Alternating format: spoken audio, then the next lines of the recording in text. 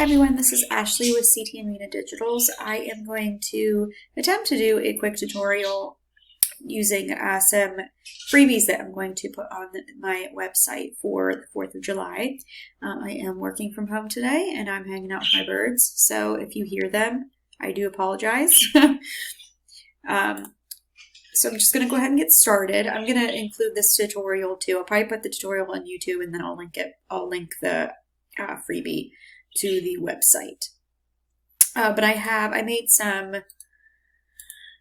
firework texture overlays, and I made some flags, and I made a couple with a floor. These are just a couple of different fun ones. This is the image I'm going to use. I was going to do a couple different images, but I'm just going to use one image and do a couple different edits on this one.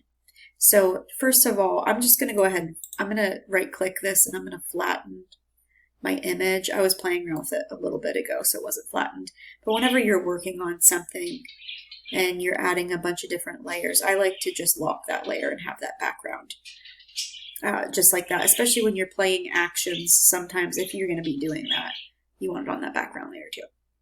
Okay, so I already have one of the textures open in Photoshop, so you can just go to select all, edit and copy, and edit and paste into your image and then resize the overlay. But I'm going to use the place embedded way of doing that, which if you see my other tutorials, I use that a lot, but it's just because I'm going to be switching between backdrops.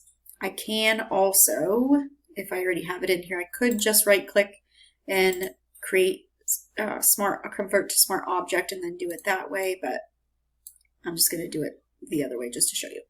I'm going to go to File, Place Embedded, and then you navigate to the folder that you're wanting to use. Now I'm actually going to do the one with the floor first. Okay, I'm going to press OK. And then the reason why I do this is because I can quickly, if I decide I want to use a different one, I can right click, replace contents, and then pick a different texture or overlay or backdrop. And I'm going to do the first one for now. And if there's ever a time where you flatten this image and it's not a smart object anymore, you just right click and convert to smart object, and then you can replace your contents again. Okay, so I'm going to hide this layer for now. I'm going to come to my background layer and I'm going to go to my quick selection tool and select subject. I obviously want this to be behind her and the chair, so I had a feeling it wasn't going to select the whole chair. So I'm going to go up to my quick selection plus and minus, grab my plus tool, and I'm just going to quickly select. If it's not perfect, it's okay because you can fix it later. Select the rest of the chair, and I'm going to deselect these two parts right here. Okay, and then I'm going, it's part of her dress right here.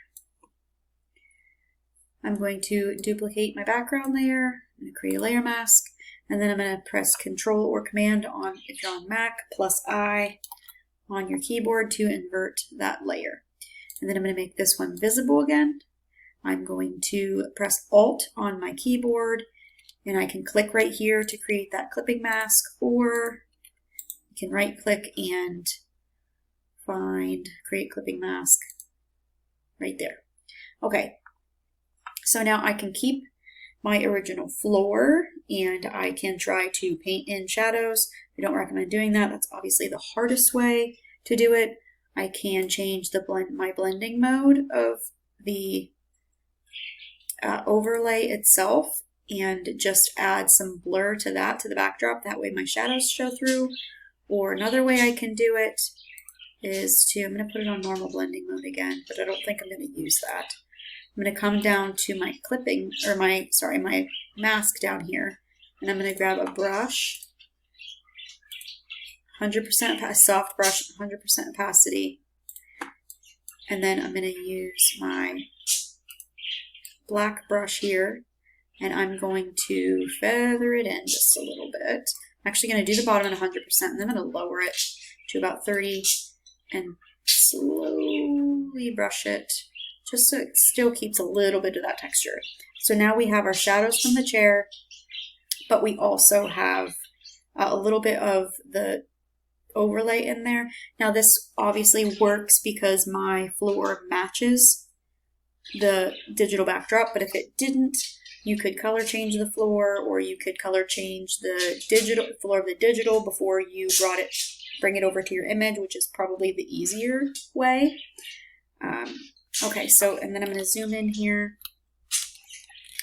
First, I'm going to clean up my subject. So still on my mask here, I'm going to use a much smaller brush at 100% opacity. And then I'm going to fix any parts of my image that didn't select the way that I wanted them to. You're going to use black to brush off that digital and white to brush it on if you mess up. I'm not going to spend too much time doing this part.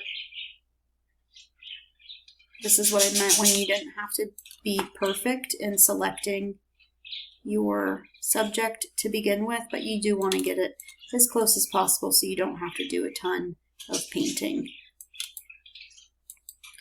I'm just going to quickly go around. Just going to get rid of that part.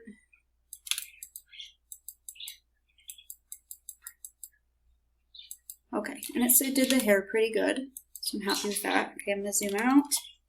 And now I want to add, I'm going to come back up to my overlay here, and she is about a couple of feet away from the backdrop here. So you obviously want to add blur to create that depth of field. You do not want the backdrop to be as sharp as your subject. So I'd go up to blur, filter blur, Gaussian blur, and I'd probably add about 5 here. You can zoom in and see how much it's gonna blur it there. That looks good. Okay, so I could leave this in normal blending mode because I'm actually not happy with this. Only because my backdrop, there's a little bit more light on this side than this side, even though there is some coming from the top here. I'm going to flip it to match my subject because it's like the most important part, and I usually do that first, but I forgot. The light is coming from this way on her, so you want the light coming from that way on matching your backdrop. Okay, so I could be done with this, or you could play around with the different blending modes and see if there's something else that you like. Multiply could probably work if you did like a curves layer to make it a little bit different, but I think that looks okay. You could come in if you feel like there's some edges that look a little copy and paste, there's some of this that needs painted back in too. You could just flatten and grab your blur tool, smaller blur tool on the very, very edge of your subject, and just kind of blend that blur in a little bit, especially like on the chair, because the chair wouldn't be as sharp as her or her outfit, so I would add blur to all of that. So that is one way to use pretty much a digital backdrop more than a texture overlay. Oop. Okay, let me get rid of these like this. Okay. So now, actually, I don't want to do that because I want to keep my mask in here. Okay, so I'm just going to get rid of this.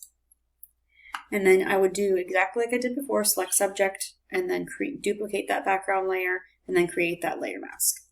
And then I'm going to go up to filter, place embedded, and let's just do a regular flag and treat it as a texture.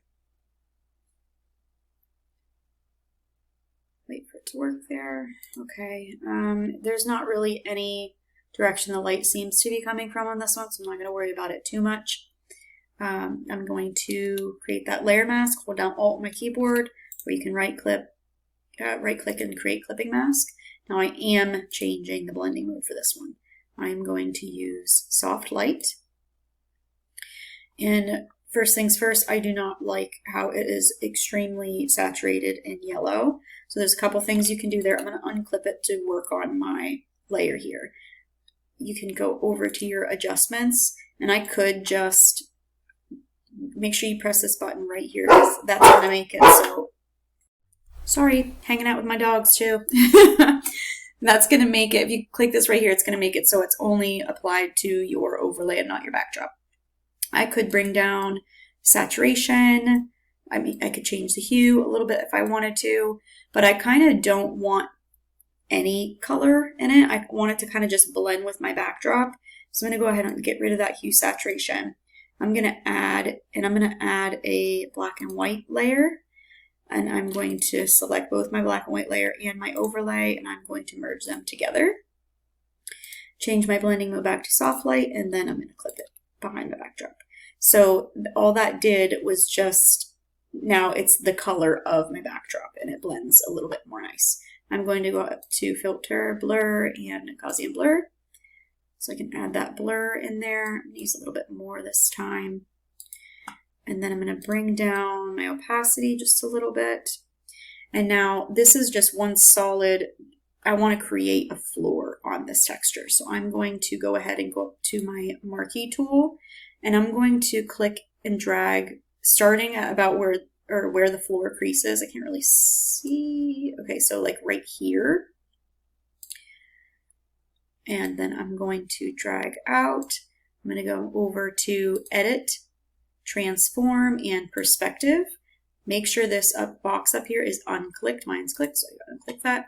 And then I'm going to drag the front out here. And that's going to make it seem and look like this is an actual backdrop or layer texture that is hung on the wall and then spread over the floor.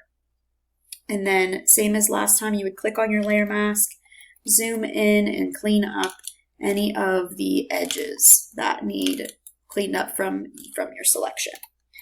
And then you could be done. Now, I'm going to right click on this, and I'm going to convert it to a smart object. And only because now if you want to kind of keep these, keep the color and everything you used, I'm going to replace contents. And I'm just going to select some, just to show you, select some fireworks. And that's going to kind of put it in the same aspect as you just had it. You'll just have to create that floor again. But I don't really, I'm going to get rid of it completely, and then I'm going to do another one over. So again, so I'm going to copy and paste this time. So I have this one, select all, edit, copy, edit and paste into my image. Again, the light isn't really coming from anywhere specific, so I'm not going to flip it. I'm going to create that clipping mask, change my blending mode. You can do different blending modes. I almost always use soft light. I use hard light sometimes, it just depends. And now this will be a cool one to kind of just add a little bit of something to the backdrop for the 4th of July. And then to create that floor again, marquee tool, drag about where the floor folds, edit, transform, perspective, make sure you uncheck that box up there, and pull out on the bottom there. Again, go in on that layer mask and clean up all of your selection to make sure that that's not covering anything you don't want it to. And then add that blur, because once again, it's not going to be as sharp as your subject. And that's it. I thought this was just something fun. I also already have some texture and stuff on this backdrop, so it's not going to look as like kind of muddied as mine does. It's better to apply it to a solid color that doesn't already have different colors and textures on it. This is just what I was working with. So that's it. If you have any questions, you can put it in a comment, or I would love for you to join our group on Facebook. If you are not yet a part of it, you can join by clicking the link in the description.